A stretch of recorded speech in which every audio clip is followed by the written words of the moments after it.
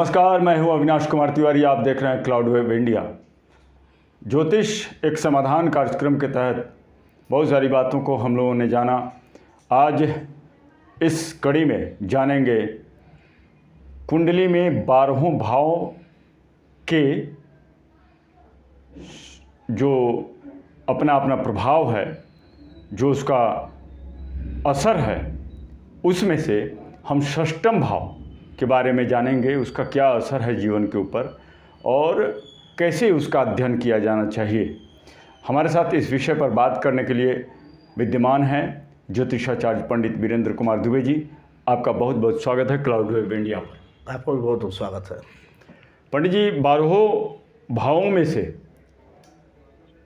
5 भावों की चर्चा हम लोगों ने करी। आज हम चाहते हैं कि षष्ठम भाव के बारे में जानें और हमारे दर्शकों को भी उसका ज्ञान हो। हमारे जहन में ये प्रश्न उठ रहा है कि षष्ठम भाव के बारे में कुछ एपिसोड में कुछ बातें आपने बताई थी, तो ये षष्ठम भाव को लेकर के मेरे मन में संशय हो रहा है कि ये हमारे ऊपर क्या बुरा प्रभाव डालता है, क्या कुछ ये षष्ठम भाव का अध्ययन है। आप इस पर प्रकाश डालें। देखिए, जन्म कुंडली में हर ग्रह, हर भाव, हर राशि का एक अपना महत्व है और सभी भावों का कुंडली में होना बहुत ही ज़रूरी है। जीवन में जैसे कि दर्द और सुख का होना उतना ही अनिवार्य है, उसी तरह से छठे भाव का है। छठे भाव से संबंधित में है कि रोग, ऋण, कर्जा, मामा का घर, स्वास्थ्य संबंधित चीज़ें को अध्ययन किया जाता है। कहीं आप डरा तो नहीं रहे हैं षष्ठम भाव के इस तरह के विश्लेषण से? नहीं, ऐसा नहीं है। षष्ठे घर में अब देखिए, हम पिछले कड़ी में बात करते आ रहे हैं कि शुभ ग्रह पर हमने बहुत ज़्यादा जोर दिया था जी, लेकिन यहाँ जस्ट अपोजिट है। यहाँ जो है शुभ ग्रह की इस घर में उपस्थिति या दृष्टि अच्छे परिणाम नहीं आते हैं। अब यहाँ पे छठे घर में आ गए तो पाप ग्रह का दृष्टि, पाप ग्रह का उपस्थिति, श्रेष्ठ परिणाम आते हैं। इसलिए छठे घर कुंडली का त्रिक भाव होता है। त्रिक भाव का एक अपना अलग महत्व है। अगर त्रिक भाव का स्वामी त्रिक स्थान में चला जाए, पापा से ग्रह की दृष्टि हो, छठे घर का स्वामी अगर दूसरी जगह पर बैठ के कमज़ोर हो तो श्रेष्ठ परिणाम आते हैं। उसका भी एक अपना रोल है। तो ये वाकई में प्रथम दृष्टया तो यही प्रतीत होता है कि शत्रु, भय, रोग, ऋण, इन सारी चीज़ों का कारक है। तो उसका स्वामी मान लेते हैं कि लाभ भाव में बैठ जाए, या फिर कुछ ऐसे भाव जहाँ से हमारे जीवन को दिखता है, हमारे जीवन में दिखता है कि हाँ, ये चीज़ें हमारे लिए बहुत ही लाभप्रद हैं। तो वैसे में कैसे हम संतुष्टि पाएँ कि षष्ठम भाव को अध्ययन करके हम उन चीज़ों को बैलेंस करते हुए देखें, समझें, क्या कुछ करें हम? देखिए, स्वास्थ्य शरीर का अहम रोल है। कर्जा जीवन में आर्थिक विकास के लिए आज जितने भी उद्योगपति, जितने भी जो है पूरे विश्व के मानव संगठन है, चाहे परंपरागत रहा है, उसमें कर्जा का एक परंपरा चला है। हर व्यक्ति के एक मामा के घर से रिश्ता का संबंध रहा है। तो ये सब चीज़ों को देखने के लिए छठे घर का बहुत बड़ा रोल है। क्योंकि अगर षष्ठम घर पर पाप ग्रह का दृष्टि है, षष्ठे घर का स्वामी की स्थिति अच्छी है, तो उसमें क्या होगा कि व्यक्ति स्वस्थ रहेगा। षष्ठम भाव के स्वामी अच्छी स्थिति में है तब? जी, अच्छा। अब हमारे के षष्ठे घर का स्वामी की स्थिति खराब है तो आपको तरह तरह की बीमारियों का सामना करना पड़ेगा। तो उससे आपको अब देखिए, छठे घर मान सम्मान का भी भाव होता है। अच्छा जी। अगर उसमें जो है कोई अगर उस छठे घर में जैसे कि युद्ध घर का, शत्रु घर का भी स्वामी होता है। जैसे कि आपका कोई विरोधी है तो छठे घर पर अगर शुभ ग्रह की दृष्टि चल रही है, वहाँ दृष्टि हो रही है, तो अक्सर देखा गया है कि छठे घर पर अगर शुभ ग्रह की दृष्टि है तो, और जिसे युद्ध हो रहा है उसका अगर छठे घर पर पाप ग्रह की दृष्टि है, तो जिसका पाप ग्रह का दृष्टि है वो जीत जाएगा और जिसका शुभ ग्रह की दृष्टि है वो हार जाएगा। तो इसलिए छठे घर का अपना एक बहुत बड़ा रोल है। छठा घर पर पाप ग्रह की दृष्टि या उपस्थिति है तो कर्जा मुक्त रहेगा, उसके दुश्मन नहीं होंगे, दुश्मन होंगे तो स्वतः समाप्त होंगे, शरीर से स्वस्थ रहेगा, उसको करने में माने आगे के जीवन को लिए बेहतर होगा। मतलब षष्ठम भाव के लिए ये जो पापक ग्रह हैं, क्रूर ग्रह हैं, उसका अहम रोल बन जाता है ना, और उसका अच्छा प्रभाव पड़ता है। जी। अब हम कुछ ये भी कर सकते हैं, यदि मान लिया जाए कि छठे घर का राशि मीन हो गया, धनु हो गया, मान ली कि कन्या हो गया, मिथुन हो गया, तुला हो गया, वृष हो गया, जिसका स्वामी शुक्र बुध बृहस्पति हो गया, तो ये सब शुभ ग्रह है। तो ऐसी स्थिति में यदि छठे घर का स्वामी छठे घर में ही आ जाता है तो हर्ष नामक राजयोग बनता है। तो ऐसे स्थिति में शुभ ग्रह का प्रभाव का जो मैंने जिक्र किया कि शुभ ग्रह की उपस्थिति या दृष्टि से नेगेटिव प्रभाव पड़ता है, तो ऐसा नहीं है, वो फिर वह शुभ प्रभाव में तब्दील हो जाता है। षष्ठम एक लाइन में अगर जानना चाहें, षष्ठम भाव का कारक ग्रह कौन सा होता है? देखिए, षष्ठे घर में तो कारक ग्रह बुध को बोलते हैं। अच्छा।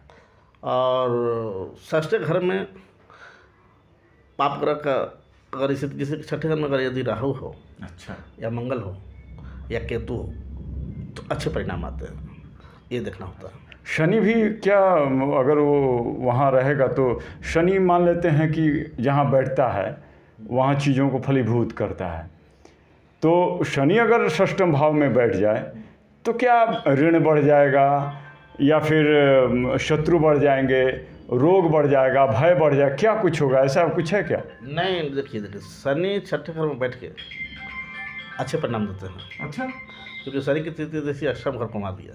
यदि षष्ठे घर पर प्रभाव उपस्थिति अच्छे ग्रह की है, लेकिन अगर छठे घर से अगर ग्रह बैठ करके अगर अष्टम घर को, तृतीय घर को या द्वादश घर के प्रभाव को दबा दिया जाए तो षष्ठे घर का परिणाम अपने आप आ जाते हैं। इसलिए ऐसा नहीं है कि शनि की वहाँ उपस्थिति हो गया तो उसकी फल का वृद्धि कर देगा।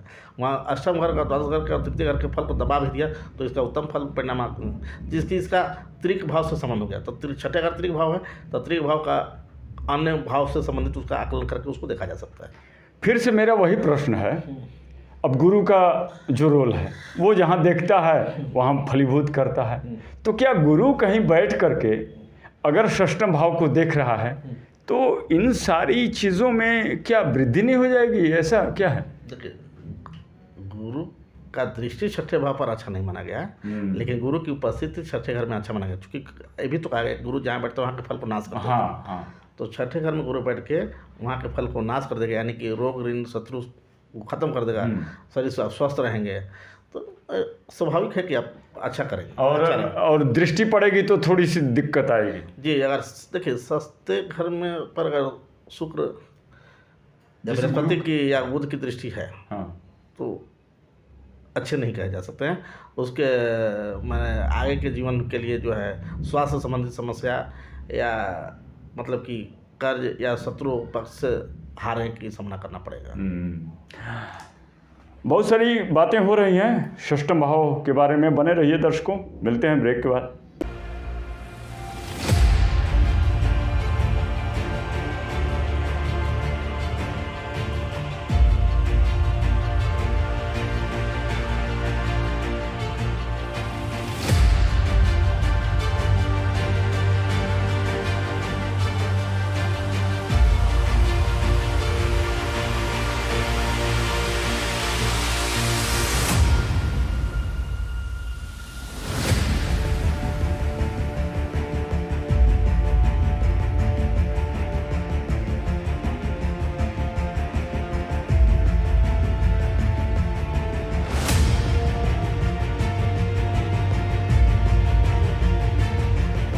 स्वागत है।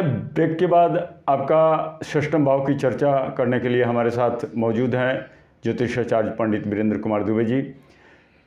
षष्ठम भाव की चर्चा हो रही है तो हम ये भी जानेंगे कि अगर जीवन में अगर हम देखें तो हम ऋण नहीं चाहते हैं, कोई नहीं चाहता है कि जीवन में ऋण का सामना करना पड़े, शत्रु का सामना करना पड़े, सब कुछ चाहता है कि मित्र ही हो सब कोई, रोग का सामना करना पड़े, भय का सामना करना पड़े, ऐसा कोई नहीं चाहता है अमूमन। लेकिन ऐसा होता है तो षष्ठम भाव को प्रथम दृष्टया हम अच्छे दृष्टिकोण से देखें या उसको बुरे दृष्टिकोण से देखें? क्या दृष्टिकोण होना चाहिए षष्ठम भाव के अनुसार? ये प्रथम दृष्टिया। छठे घर देखिए, ऐसा नहीं, अच्छे भी भाव से देखा जाता है, उसको बुरे भाव से नहीं देख सकते आप, क्योंकि हर भाव का अपना एक रोल है। अच्छा। एक अपना अहम है, एक अपना अस्तित्व है। अच्छा, जीवन के अंतर्गत सारी चीज़ें परिभाषित होती ही हैं समय के अनुसार अमूमन। जी जी जी, तो उसकी एक अहम रोल है, हम उसको बुरा नहीं कर सकते हैं। जैसे मान लीजिए कि माने सामान्य असाधारण माने धारणा है मन में लोगों का कि छठा घर, अष्टम घर या द्वादश घर या तृतीय घर या माने त्रिक भाव के परिणाम अच्छे नहीं आते हैं, या ये भाव को अच्छा होना चाहिए या बुरा होना चाहिए, ऐसा नहीं है। लग्न का भी बहुत बड़ा रोल है। जैसे मान लीजिए कि अगर ये अन्य जैसे लग्न को अच्छा या बुरा हो सकता है, उसी तरह छठे के भाव का भी है, उसका अच्छे या बुरा का ग्रह या स्थिति या उपस्थिति, तो उसके जीवन में एक अहम रोल है। अच्छा, मान लेते हैं कि ये भाव में अगर ये प्रथम भाव का स्वामी बैठ जाए, लग्नेश बैठ जाए, तो कहीं स्वास्थ्य पर बुरा असर पड़ेगा क्या? देखिए, उसमें ये देखना पड़ेगा जैसे कि उस स्वामी पर होता है। अच्छा। कि किस घर का स्वामी किस स्थिति में आपका हो रहा है। जैसे कि मान लीजिए वृश्चिक लग्न का स्वामी जी, और सबसे घर में मेष राशि हो गया जी, उसका मंगल स्वराशा बढ़ जाए, या उसका तो लग्नेश का भी हो गया, षष्ठेश का हो गया, तो उत्तम परिणाम देंगे। अच्छा। तो ये कहना मुश्किल होगा कि किस घर का मैंने लग्नेश अगर सबसे घर में बैठ जाए तो खराब परिणाम आएंगे। उसमें जन्म कुंडली देखने के बाद आदमी निर्णय पर पहुंचता है कि उसके ग्रह की क्या स्थिति है, इसके ग्रह कुंडली में बैठे हुए अन्य ग्रह अच्छे परिणाम दे रहे हैं या बुरे परिणाम दे रहे हैं। और रही बात, अक्सर देखा गया है कि छठे घर में चंद्रमा जिसका होता है उसको बहुत तकलीफ होती है, उसको आर्थिक तंगी का सामना करना पड़ता है, घरेलू समस्याएं आती हैं, स्वास्थ्य संबंधी समस्याएं आती हैं, ऐसे आदमी के आयु संकट बना रहता है। लेकिन यदि षष्ठम भाव में चंद्रमा गुरु के साथ हो, केतु के साथ हो, तो क्या फल रहेगा उसका? चंद्रमा केतु के साथ अगर है तो अच्छा फल नहीं देगा, गुरु के साथ अगर है तो अच्छा परिणाम आएंगे।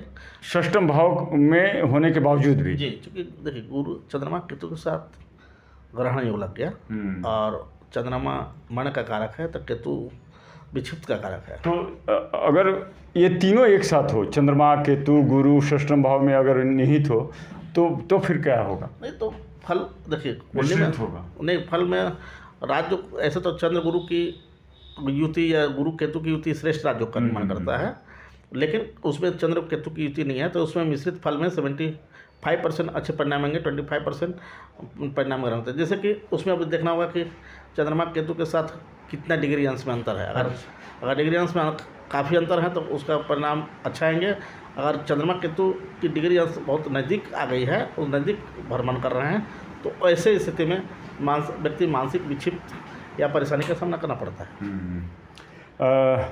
अब मान लीजिए कि 12वां भाव एक जीवन के दृष्टिकोण से बहुत ही अहम है, सब अपनी अपनी जगह पर अपनी अपनी अहमियत को रखे हुए हैं, तो षष्ठम भाव के स्वामी अगर कमज़ोर पड़ रहे हों तो उसको बल दिया जाना चाहिए या फिर क्या कुछ किया जाना चाहिए? षष्ठम भाव का स्वामी यदि कमजोर पड़ रहे हैं तो उसको यथावत छोड़ देना चाहिए। अच्छा। छठे भाव देखिए अगर बुरा परिणाम दे रहे हैं तो छठे भाव को छेड़छाड़ मत कीजिए। अच्छा। आप भाग्य को ठीक कीजिए, स्वास्थ्य संबंधित समस्या चल रहा है तो लग्न को ठीक कीजिए, आपको कर्ज से संबंधित समस्या चल रही है तो भाग्य को ठीक कीजिए, आपको क्या बोलते हैं शत्रु प्रबल आ रहे हैं या परेशानी हो रही है तो द्वादश घर को ठीक कीजिए। इसी तरह से व्यक्ति के कुंडली में देखने के बाद, जातक की कुंडली में देखने के बाद और निर्णय पर पहुंचता है कि इस व्यक्ति को किस तरह की समस्या पैदा कर रहे हैं, उससे संबंधित उसका उपाय होता है। मतलब उससे संबंधित देवी देवताओं की पूजा अथवा रत्न वगैरह धारण करना चाहिए नहीं करना चाहिए उसके विषय में? षष्ठे भाव से संबंधित कोई भी रत्न धारण नहीं करना चाहिए, और हम समझते हैं कि षष्ठे भाव का चीज़ों को छेड़छाड़ नहीं करना चाहिए, उसे यथावत करना चाहिए। अगर छठे भाव के परिणाम को ठीक करना है तो उससे संबंधित अन्य भाव को, जैसे आपके भाव में कुंडली में जो कारक भाव हैं, अच्छा, उसको बल दें तो छठे भाव का प्रभाव अपने आप दे। जैसे यदि आपका दुश्मन बढ़ गए हैं तो आप दुश्मन आपके 2 हैं, तो मित्र की संख्या 4 कर लीजिए, दुश्मन अपने आप प्रभाव खत्म। क्या बात, तो उसी तरह से कुंडली में देखा जाता है कि इस तरह का अगर देखते हैं तो उसका उपाय किया जाता है। क्या बात कही है आपने, बहुत बड़ी बात बताई है। शत्रु अगर बढ़ें तो मित्र की संख्या ज़्यादा कर लीजिए, और मित्र की संख्या ज़्यादा करने में आपके आचरण सही होने चाहिए, आपका व्यवहार सही होने चाहिए, और ये अहम भी है एक जीवन के लिए, एक सफल जीवन के लिए। बहुत सारी जानकारी आपके द्वारा मिल रही है। आपको बहुत बहुत धन्यवाद अपना समय देने के लिए।